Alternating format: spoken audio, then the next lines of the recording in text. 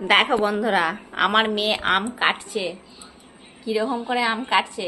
পাকা আম, আমগুলো পাকা পাকা আম, আমগুলো ছাড়াচ্ছে। ছাড়িয়ে কি করবে তুমি আমগুলো? পাকা আম, আমের আইসক্রিম।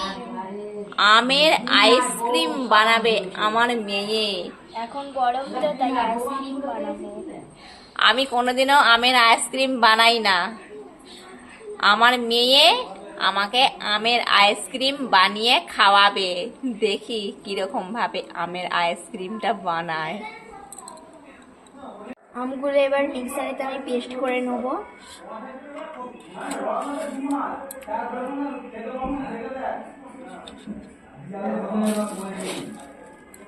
চিনিও দিয়ে দিচ্ছি।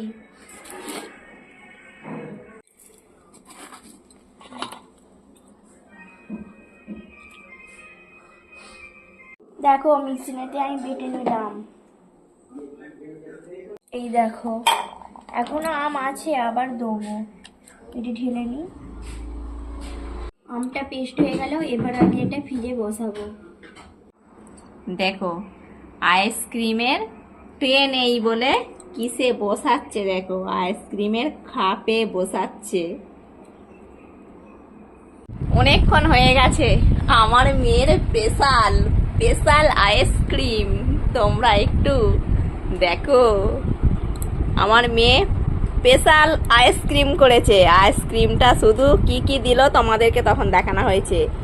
চিনি আর শুধু আম, চিনি আর আম দেয়া হয়েছে।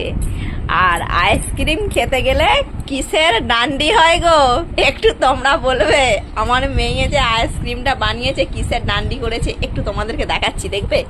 এই দেখো, এটা কি বলো তো? চামচ, প্লাস্টিকের চামচ বাড়িতে ছিল, সেই প্লাস্টিকের চামচ দিয়ে ডান্ডি বানিয়েছে। এই যে দুটো চামচে এটা কি সুন্দরভাবে উঠে গেল। দেখো কি কি দেয়া আছে এই আমটার মধ্যে। শুধু দিয়েছে চিনি আর আম, আর কিচ্ছু দেয়নি। এ কিরকম আইসক্রিম বানিয়েছে জানি না। এই প্রথম আমার মেয়ের কাছ থেকে নতুন একটা আইসক্রিম বানানো আমি শিখে গেলাম। জানি না আমার এই ভিডিওটা কেমন লাগলো আর কেমন তোমরা বলবে জানি না। একটু তোমাদের সাথে শেয়ার করলাম গো, একটু মজা করলাম, একটু শেয়ার করলাম। কেমন হয়েছে তোমরা একটু বলবে। কেমন খেতে লাগছে একটু বলে দাও।